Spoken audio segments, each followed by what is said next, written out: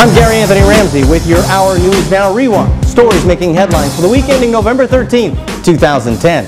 Our top stories include a controversial proposal to cut the deficit draws fire from both sides of the political world.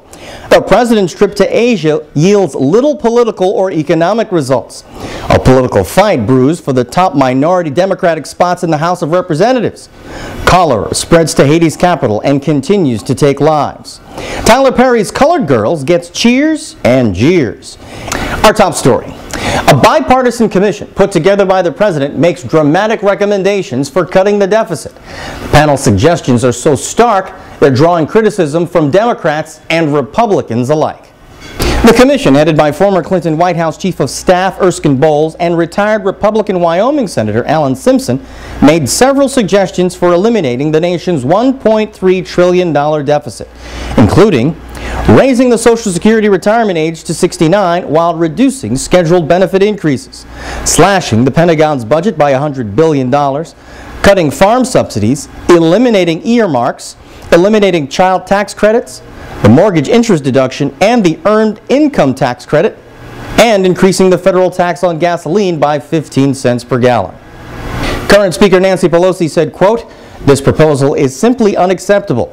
Any final proposal from the Commission should do what is right for our children and grandchildren's economic security as well as for our nation's fiscal security, and it must do what is right for our seniors who are counting on the bedrock promises of Social Security and Medicare."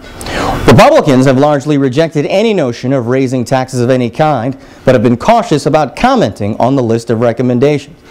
The president, while at the G20 summit in South Korea, suggested that lawmakers keep an open mind. Before anybody starts shooting down proposals, I think we need to listen. We need to gather up all the facts. I think we have to be straight with the American people. If people are in fact concerned about spending, debt, deficits, and the future of our country, then they're going to need to be armed with the information about the kinds of choices that are going to be involved. While the recommendations from the panel are just that, recommendations, ultimately it will be up to both houses of Congress and the president to decide if and when they'll move forward on any of those suggestions. Well, as we mentioned, the president was at the G20 summit in South Korea when that report came in. It was part of his 2-week trip through Asia to strengthen political and economic ties. But Barack Obama was unable to lock down a trade agreement that would have opened the Korean markets to U.S. beef and auto products. The current accord has been in place since 2004. With $69 billion in trade between the two nations alone, the deal would have allowed the president to fulfill a promise of doubling U.S. exports. Obama and Korean President Lee Myung-bak said they would seek to resolve any differences in the coming weeks. But back here in the U.S., it seems that differences will unlikely be resolved in just a few weeks as battles begin to brew among Democratic lawmakers for the minority leadership positions in the House. Outgoing Speaker Nancy Pelosi says she will again run for the #1 spot in the Democratic minority, to the surprise and chagrin of some.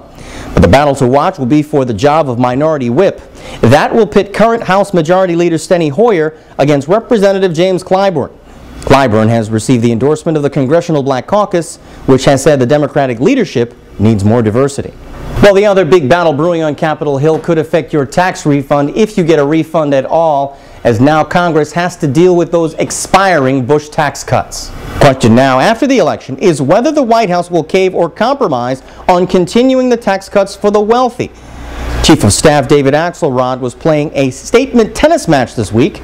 After at first it seemed he indicated that the president would fold on the issue, he later said it wasn't the case. Republicans, in the wake of their big win, have insisted they don't want the rate to go up on anyone, even the wealthy, which they are now describing as small business in their talking points. Meanwhile, one of the new black Republicans elected to Congress has rejected an invitation from the Congressional Black Caucus. Tim Scott, who will represent the 1st Congressional District of South Carolina, has said, quote, "My experience has been the whole notion of one nation, so I really shy away things that create some kind of boundaries. It highlights the divisions I've been pushing forward to erase." End quote. Congressman-elect Allen West of Florida, however, has said he is absolutely interested in joining the CBC. The cash-strapped U.S. Postal Service delivers some bad news, saying that it lost $8.5 billion in the fiscal year that just ended in September. Without congressional action to change its obligations, the Postal Service would likely go broke by the end of fiscal year 2011.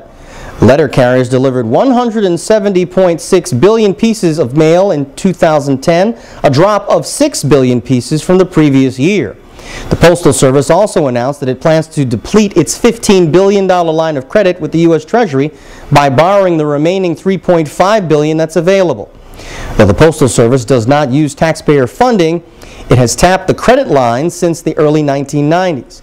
Depleting it means the Postal Service would likely go broke by the end of fiscal 2011 unless Congress takes action. The NAACP has withdrawn a discrimination lawsuit filed against one of the nation's largest airlines after it pledges to strengthen its diversity. The settlement reached with U.S. Airways centers around its operations at Philadelphia's International Airport and Reagan Airport in Washington, D.C. In the statement, the NAACP and U.S. Airways pledged to collaborate at the two airports on equal opportunity programs, training, personnel, policies, procedures, and to maintain a direct dialogue in the future. Financial terms of the settlement have not been made public. In your Our News Now World Wrap, cholera creeps into the capital of Haiti, continuing to take lives and make people sick. The island nation is still recovering from Hurricane Tomas that roared through a week ago and an earthquake in January that killed more than 300,000 people and left more than 1 million homeless. Health officials say that 800 people have succumbed to the illness, which attacks the digestive system of the victim. More than 12,000 people have been hospitalized for symptoms which include fever, vomiting, and diarrhea. The pirates hijacked a Panamanian chemical tanker some 900 miles off the coast of Africa in waters closer to India than to Somalia. The European Union Naval Force says the Hannibal II was boarded while carrying vegetable oil from Malaysia towards the Suez Canal. The ship has a crew of 31. This happens as an international commission was convened to deal with the issue. 2010 recorded the highest number of ship hijackings in 5 years, currently standing at 128 boardings so far. That's your World Wrap. In entertainment news, Tyler Perry's film adaptation of the award-winning play For Color Girls Who Have Considered Suicide When the Rainbow Was Enough hits theaters to a mix of reviews. The film, which tells the story of African-American women who are struggling with a number of issues, opened in the number 3 spot, bringing in more than $20 million in its first week. Some reviews have described the work as brilliant and thought-provoking, while others have labeled it man-bashing and formula. Colored Girls stars Whoopi Goldberg, Janet Jackson, Kimberly Elise, and Thandie Newton. Kanye West has put himself in the spotlight again, this time with a seemingly uncomfortable interview on the Today Show and his tweets immediately after. West said he'd come on the show to admit that he'd made some mistakes in the past, but seemed annoyed when clips of the incidents in question were played during his interview, including his VMA interruption of Taylor Swift. A race thing, because where I was expressing was my frustration from years and years of seeing, you know, yo, how am I supposed to talk if you're going to run this thing in the middle while I'm talking? It's under. You won't be hearing it. But I'm hearing it while I'm trying to talk. Okay, can you take the sound out of the overheads, please? Just pick up. You said it wasn't a race thing. Please don't let that happen again. It's like ridiculous. West would later tweet as part of a long rant, quote, "He tried to force my answers. It was very brutal, and I came there with only positive intent. I feel very alone, very used, very tortured, very forced, very misunderstood." West is supposed to perform in a Today Show concert later this month. Some bloggers are saying that he has canceled that appearance, but West representatives will not confirm the story. For a complete look at any of the stories you've seen on The Rewind, remember as always, go to the bottom of the webpage, find the link of the story you'd like to see, and click your way through. That's your Our News Now Rewind for this week. I'm Gary Anthony Ramsay.